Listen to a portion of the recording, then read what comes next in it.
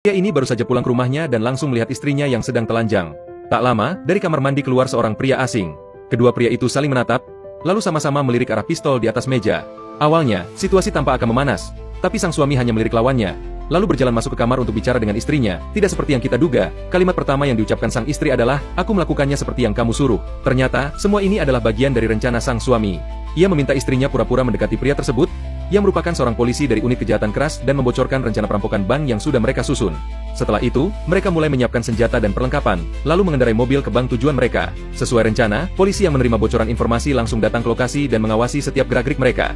Para perampok masuk ke bank, menghancurkan semua kamera pengawas yang ada, lalu mengumpulkan seluruh pegawai dan pengunjung bank. Mereka memaksa semua orang berlutut dan menunduk, lalu mengumpulkan ponsel para sandera ini satu persatu. Sang pemimpin perampok kemudian menangkap manajer bank dan memaksanya menelepon polisi untuk melaporkan perampokan. Tujuannya jelas, menarik seluruh aparat kepolisian ke lokasi tersebut agar mereka bisa menjalankan rencana berikutnya. Benar saja, polisi dari berbagai penjuru langsung datang ke lokasi dan mengepung bank tersebut. Untuk mengulur waktu, bos perampok kembali mengancam manajer agar menelepon polisi. Kali ini menuntut helikopter dan uang tunai $30 juta dalam waktu 1 jam. Jika tidak, mereka akan membunuh satu sandera setiap 10 menit. Setelah memberi isyarat, salah satu perampok menyeret sandera ke kamar mandi, lalu terdengar suara tembakan.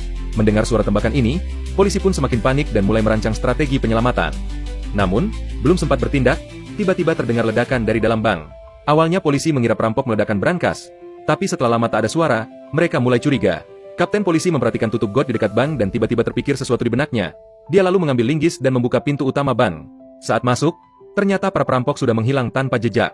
Setelah memastikan semua sandera selamat, mereka memeriksa kamar mandi dan menemukan sandera yang tadi diseret ternyata masih hidup. Tak lama, rekan polisi menemukan lubang besar di lantai, yang ternyata terhubung ke saluran bawah tanah kota. Saat polisi sibuk mencari jejak para perampok, mereka tidak sadar bahwa rencana yang jauh lebih besar sedang berjalan. Ternyata, target utama para perampok bukanlah bank kecil itu, melainkan bank federal terbesar dan paling aman di seluruh Amerika.